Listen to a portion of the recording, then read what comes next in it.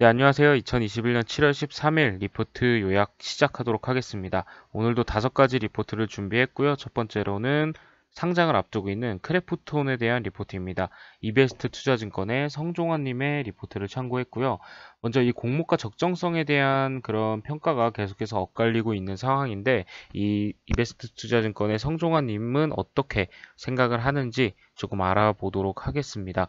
먼저 적정성 평가를 한 3가지 정도 관점에서 봐주셨는데요. 먼저 첫 번째로는 올해 실적 전망치 기준으로는 기본 밸류에이션 관점에선 적정하다라고 평가를 해주셨습니다. 이유를 조금 살펴보자면 현재 희망 공모가가 40에서 49만 8천 원으로 지금 밴드가 형성이 되어 있는데요. 상장 후에 기준 시총이 19.6조 원에서 24.4조 원으로 형성될 예정입니다. 이는 올해 지배주 순이익 전망치 대비 PER 30배에서 37.3배 로서 NC소프트나 넷마블 등의 이 평균 PER을 34.5배로 봤을 때 할인 할증률은 마이너스 13%에서 플러스 8.3% 사이라고 합니다. 그러니까 어떻게 보면 적정한 그런 수치라고 볼 수 있겠는데요. 크래프톤 공모가 레인지는 올해 전망치 기준 기본 밸류에이션 관점에서는 결코 고평가가 아니라 적정 수준이다 라고 이렇게 판단을 해주셨습니다. 네, 그리고 두 번째 적정성 평가입니다. 이해 관계자 간 윈윈까지 고려해야 할 공모가 밸류에이션 관점에서는 꽤 타이트하다라고 적어주셨는데요. 희망 공모가 레인지는 디지털 온라인 언택트 플랫폼주들의 상장 직후 주가 패턴을 감안했을 때 상장 전에 장외 투자를 했던 투자자, 그리고 회사 입장, 그리고 상장 시점 또는 이 직후에 투자하려는 투자자 등의 이해 관계자들 간의 윈윈까지도 고려해야 하기 때문에 공모가 밸류에이션 관점에서는 꽤 타이트한 측면이 있다고 판단을 하고 있습니다. 이는 시장에서 계속해서 고평가라는 반응이 나오고 있는 이유를 설명해 주셨는데요. 기본적인 밸류에이션 자체가 비싸다는 불만이 아니라 이 언택트 플랫폼 이런 종목들은 상장 직후에 계속해서 주가가 급등하는 상황이 발생을 하고 있기 때문에 상장 시점이나 또 직후에 투자하려는 투자자 입장에서는 꽤 타이트하다라는 반응으로 이해를 하는 게 좋다라고 하셨습니다. 제가 생각했을 때는 이 말씀을 요약해 봤을 때 이게 그냥 공모가가 비싸다는 게 아니라 어쨌든 따상이라든지 뭐 상한가를 간다든지 하는 이 측면에서 부담스럽다라는 이야기로 풀어볼 수 있을 것 같습니다.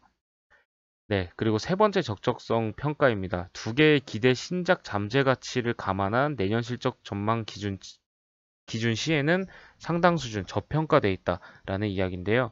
올해 말에 론칭 예정인 모바일 기대 신작인 배틀그라운드 뉴스테이트 글로벌은 내년 론칭 예정인 더 칼리스토 프로토콜과 함께 기대 신작으로 불리고 있습니다. 핵심 기대 신작 두 개의 슈퍼히트 가능성을 감안해서 내년 실적 전망치 기준으로는 NC소프트, 넷마블, 카카오게임즈, 펄어비스 같은 4개 게임 대장주와 비교하여도 상당 수준 저평가라고 판단한다고 합니다. 네, 그렇기 때문에 수요 예측은 적극적으로 참여하는 게 바람직하다고 판단을 하셨고요. 상장되는 순간 이 두 개의 기대 신작 슈퍼히트 가능성을 반영한 내년 실적 전망치 기준 밸류에이션이 가능하기 때문이라고 합니다.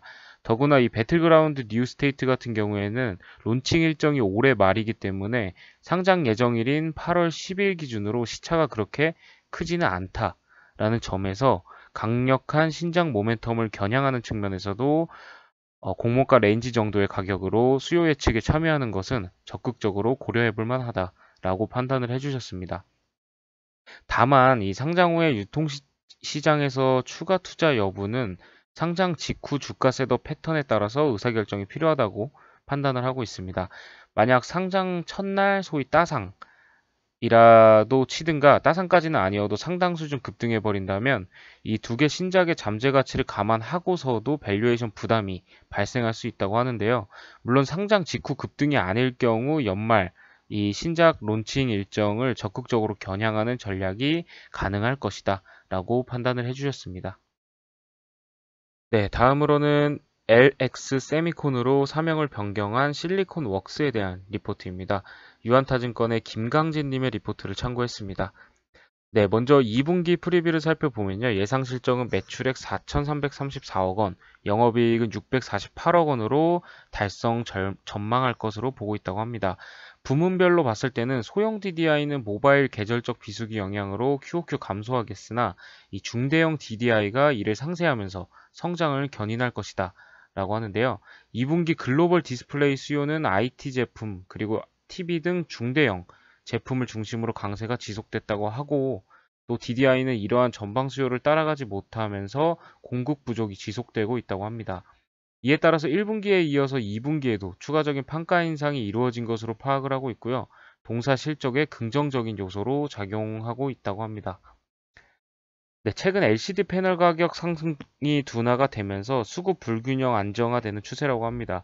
그러나 DDI는 긴 생산 리드 타임과 제한된 8인치 파운드리 캐파로 인해서 공급이 빠르게 증가하기 힘든 구조라고 합니다. 타부품과 달리 공급 부족 장기화 가능성이 높기 때문에 하반기에도 우호적인 업황 분위기가 지속될 것이다 라고 평가를 해주셨고요. OLED 매출 비중을 통한 믹스 개선도 지속된다고 합니다. 올해 OLED양 매출 비중은 지난해 42%에서 49%까지 확대가 될 전망이고요.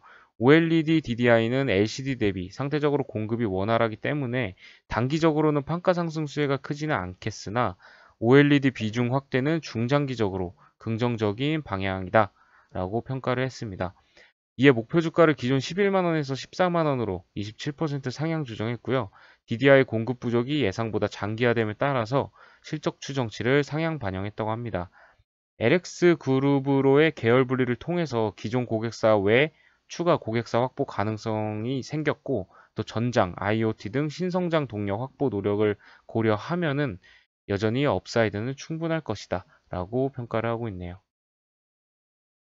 네, 다음으로는 멀티플레이어로 요즘 각광을 받고 있는 PI 첨단 소재에 대한 리포트입니다. IBK 투자증권의 이민희님의 리포트를 참고했고요. 첨단 산업용 필름 수요 증가로 높은 가동률을 유지 라는 제목을 달아주셨습니다. 동사는 다들 아시겠지만 PI 필름 제조 판매를 주요 산업으로 영위를 하고 있고요. 얇고 굴곡성이 뛰어난 첨단 고기능성 산업용 소재로 널리 사용이 되고 있습니다. 이 동사는 2014년 이후에 글로벌 PI 필름 시장 점유율 1위를 유지해오고 있는데 경쟁사들과 비교했을 때 캐파 대비 판매 점유율이 월등히 높다는 장점이 있습니다. 이는 높은 가동률과 생산 효율성 차이 때문인데요. 동사가 업계 최고의 수익성을 기록하는 이유라고 합니다.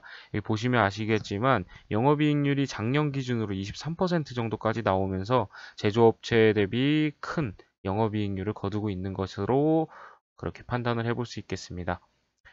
네, 모바일 비수기로 인해서 2분기 전사 매출은 4% QoQ 감소할 전망이라고 합니다.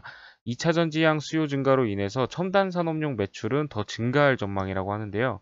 동사 가동률이 1분기에 89.4%를 기록한 데 이어서 2분기에는 90%를 상회할 것으로 예상되기 때문에 원가율 개선에 따라서 영업이익률이 27.2%까지 전분기보다 상승할 전망이라고 하네요. 네, 그리고 기존 주력 사업이었던 FPCB 기판이죠. 기판과 방열 시트용 PI 필름은 중화권 모바일 부품 수요 동향에 많이 의존하는 특성이 있었다고 합니다. 그러나 올해 동사 매출 성장을 이끌고 있는 것은 2차 전지, 그리고 반도체 등 첨단 산업용이라는 것을 주시할 필요가 있다고 합니다. 또 EV향으로 다양한 수요처가 확대되고 있고, 최근 동사가 2차 전지 전용 생산 라인 투자를 결정한 점은 미래 성장 기대감을 높인다고 합니다. 또 그렇기 때문에 보다 긴 호흡의 관점에서 접근을 요하고 있습니다. 이 PI 첨단 소재 같은 경우에는 실적도 잘 나오는 편이고 최근에 뭐 5G, EV, 2차 전지, 뭐 반도체 등 첨단 산업으로 계속해서 전방 산업이 확대가 되면서 저도 참 좋은 기업이다라고 판단을 하고 있는 그런 종목이라고 보시면 될 것 같습니다. 네, 다음은 반도체 후공정 장비 업체인 테크윙입니다. SK증권의 한동희님의 리포트를 참고했습니다. 먼저 실적 부분에서 살펴보면은 2분기 연결 실적 매출액은 830억 원, 영업이익은 158억 원으로 YOY 29% 성장입니다. 호실적을 기록하면서 납기 지연에 따른 1분기 실적 부진을 만회했다고 합니다. 주목할 점은 해외 오사트 업체들의 증설 사이클, 그리고 레퍼런스 확대가 맞물리면서 비메모리 핸들러 매출액이 221억을 기록했고요. 주요 캐시카우인 메모리 핸들러 매출액을 처음으로 이 비메모리 부분이 뛰어넘었다는 점이 특징이라고 할 수 있겠습니다. 네, 3분기 좀 예상을 해봤을 때 연결 실적은 영업이익 192억 원으로 사상 최대 실적을 전망한다고 하는데요. 수출 매출 비중이 높다는 점에서 원달러 환율의 변동, 그리고 베트남 코비드-19 영향에 따른 이 자회사인 ENC 테크놀로지의 매출 인식의 불확실성이 존재하긴 하지만 제2의 성장 동력으로 자리매김한 비메모리 핸들러의 거래선 다변화, 그리고 오사트 증설 사이클, 요구 스펙 상향 등으로 하반기에도 우호적인 시장 환경이 예상된다고 하네요. 네, 2022년에 대한 높은 성장 가시성이 테크윙의 밸류 확장 요소가 될 것으로 이 SK증권에서는 전망한다고 합니다.